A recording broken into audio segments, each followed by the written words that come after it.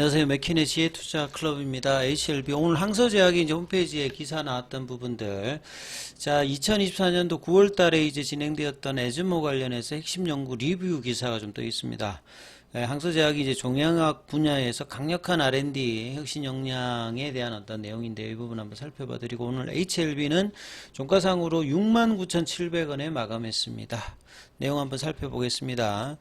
자, 중국 항서제약 쪽에 이제 기사 나왔던 부분이니까요. 이제 구글에서 바로 이제 한글로 번역해서 내용들 중심적인 부분들만 좀 살펴봐 드리도록 하겠습니다. 특히 이제 항서제약의 이제 이런 파이프라인이 한 300개 이상 정도가 이제 임상을 진행하고 있기 때문에 빅파마 수준의 임상 강도입니다. 중국에서는 R&D 투자가 1위고요. 2위가 이제 베이진사라고 보시면 되겠죠. 그리고 이번 이 9월 달에 스페인 바르셀로나에서 이제 개최되었던 에즈모에서 37개 정도의 발표가 있었습니다. 근데 그 중에서 좀 중심적인 부분들은 이제 구두 발표가 있죠. 여기 보면 이제 오랄이 있고, 이제 뭐 미니 오랄, 그 다음에 뭐 스페셜 세션. 그래서 굉장히 좀 이제 방점을 찍을 수 있는 발표들은 직접 이제 나와서 이제 발표하는 형태고, 이제 기타 부분들은 이제 포스터 세션 발표되었다, 이렇게 봐야 되겠죠. 특히나 이제 발표 중에서 항종양, 그러니까 그 항암제 관련되는 부분들이 대부분을 차지하는 거죠. 그래서 R&D의 투자에 이제 항암제고, 그 항암제 중심이 사실은 캄넬리주마브입니다.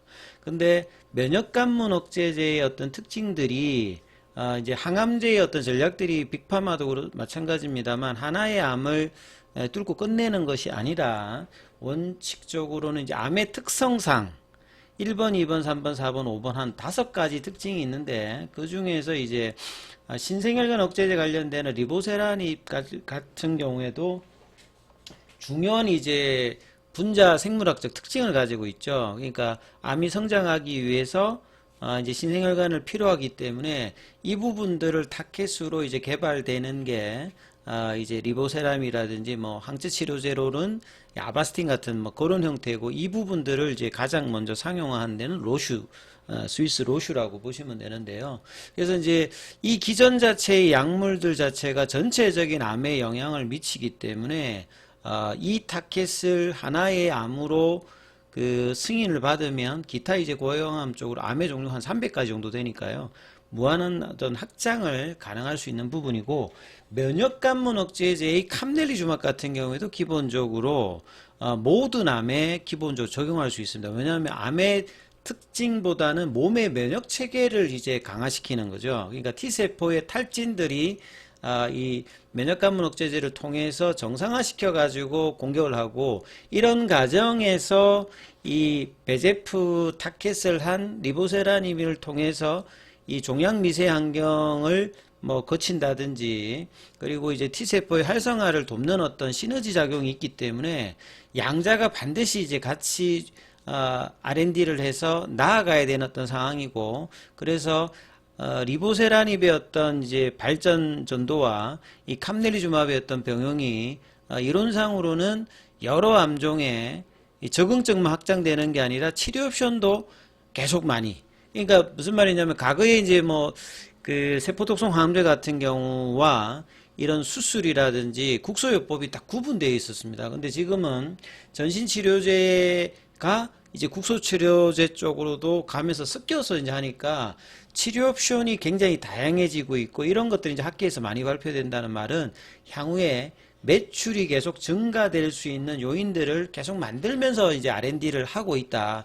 이게 이제 빅파마의 특징이기도 하고, 항서제약과 이제 HLB가 이런 흐름으로 이제 파트너십을 계속 강화하고 있으면서, 항서제약도 이제 자체적인 항암제 라인을 계속 출시를 하고 있거든요. 이런 부분들이 강화되고 있는 어떤 발표들이 아스코라든지 이번 또 에즈모에도 났다. 그리고 이제 지금 이제 글로벌 빅파마에서 가장 중요한 것 중에 하나가 ADC 쪽인데, 항서제약은 이미 이제 ADC 쪽이라든지 뭐 비만 치료제라든지 이런 쪽에서 핫한 부분들을 계속 이제 발전시켜 나가고 있는 부분이다.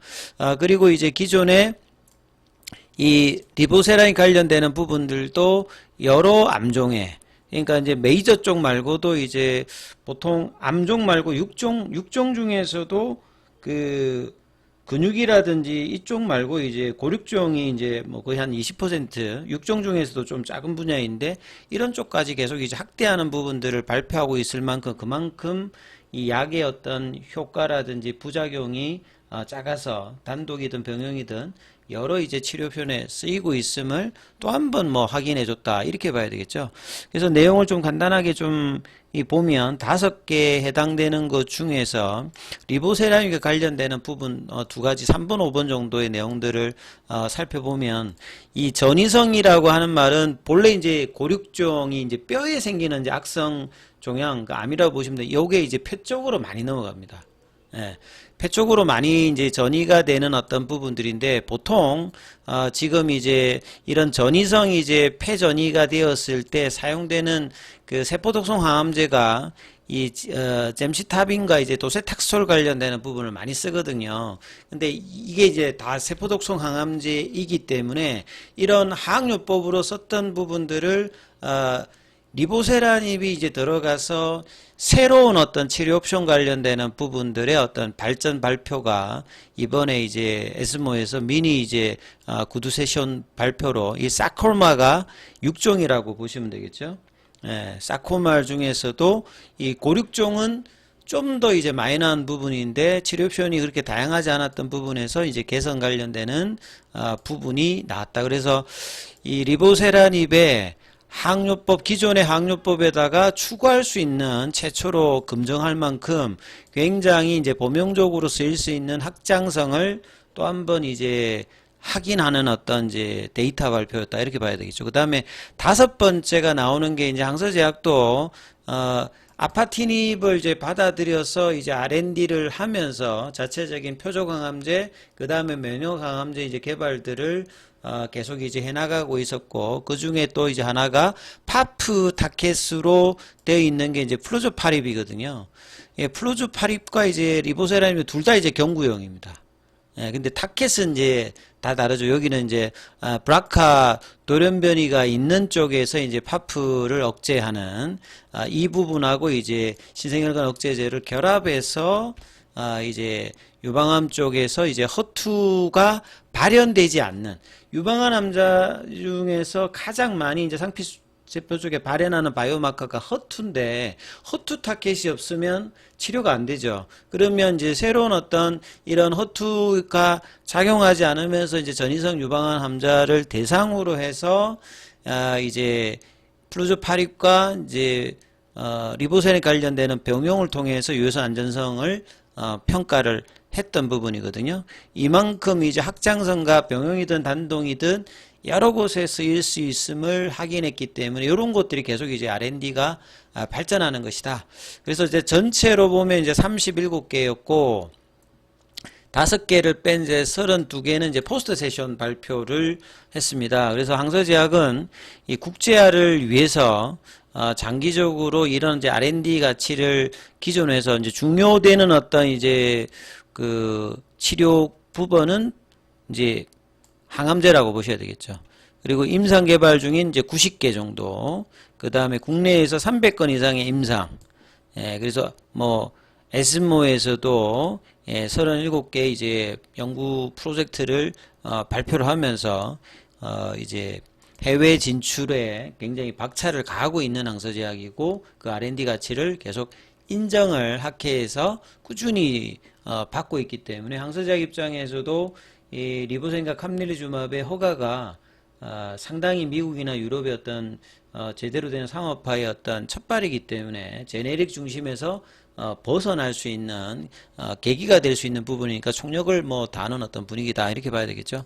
자, 그리고 오늘 항서제약의 이제 주가는 강보합권입니다. 뭐 50위안을 종가로 뭐 회복은 하지 못했습니다만 49 위안 정도 유지를 해줬고요. 그 다음에 오늘 공매도 쪽은 이제 큰 흐름이 없었죠. 예. 업틱률 예외 이야기를 계속 했는데 오늘은 16주 정도가 거래가 되었고요. 그 다음에 공매도 순보유 잔고는 여전히 300만 주대 이제 초반을 유지를 해주고 있습니다. 15일 기준으로 오늘. 그리고 대차 거래는 이제 체결보다 상한이 좀 더 많았던 부분이고요.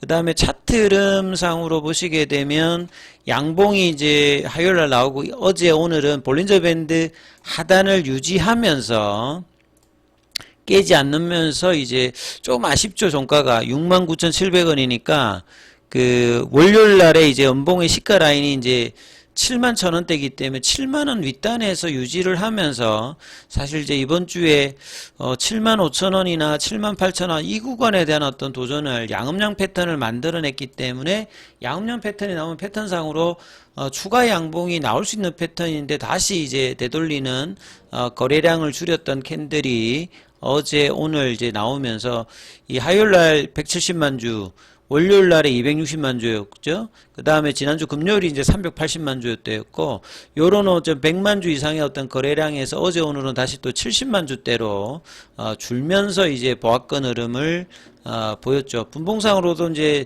장중에 71,100원 정도 아침에 이제 고가를 넘어가는 흐름이 나왔다가 이제 이 7만원대를 조금 이제 종가상으로 다운이 되었고, 이제 시간에는 이제 100원 정도 올라서 69,800원에 마감이 되었고요. 그 다음에 이제 외국인들 기관들 수급으로 보시게 되면, 외국인들이 오늘은 이제 36억, 그 다음에 기관은 이제 12억 정도 매도를 했고, 예, 그 다음에 이제 프로그램 쪽에서도 오늘 36,000주 정도 일단 매수가 들어왔습니다. 그리고 현물 쪽에서 보시게 되면 현물 흐름에서는 여기도 계속 이제 거래량이 작았을 때 왔다 갔다 한다 했는데, 오늘은 삼성이 이틀 매수하다가 오늘은 또 매도로 바뀌었죠. 그리고 이제 신한하고 한국은 어제 이제 매도에서 다시 또 매수를 바꾸고 매일 바뀌고 있습니다. 그리고 이제 KB증권은 그대로 이제 매도를 하고 있고, NH투자증권이 이제 또 어제 매수해서 매도로 바뀌면서 연일 이제 그 수급 창구가 짧게 계속 이제 바뀌고 있는 어떤 변동성을 창구 쪽에서도 보여주면서 흐름이 나오고 있는데요.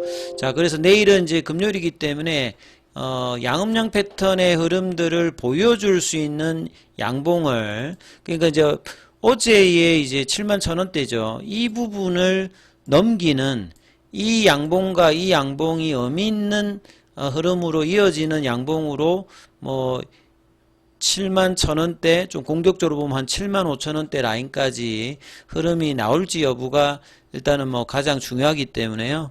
예, 주말 앞두고, 그 다음에 이제 이달 말에 이제 비모 실사가 진행되기 때문에 기대감으로 반영하느냐, 확인하고 반영하느냐, 그러면 기대로 반영하기 위해서는 양봉이 내일 정도에서는 나올지 여부를 판단하시면서 흐름 한번 살펴보시기 바라겠습니다.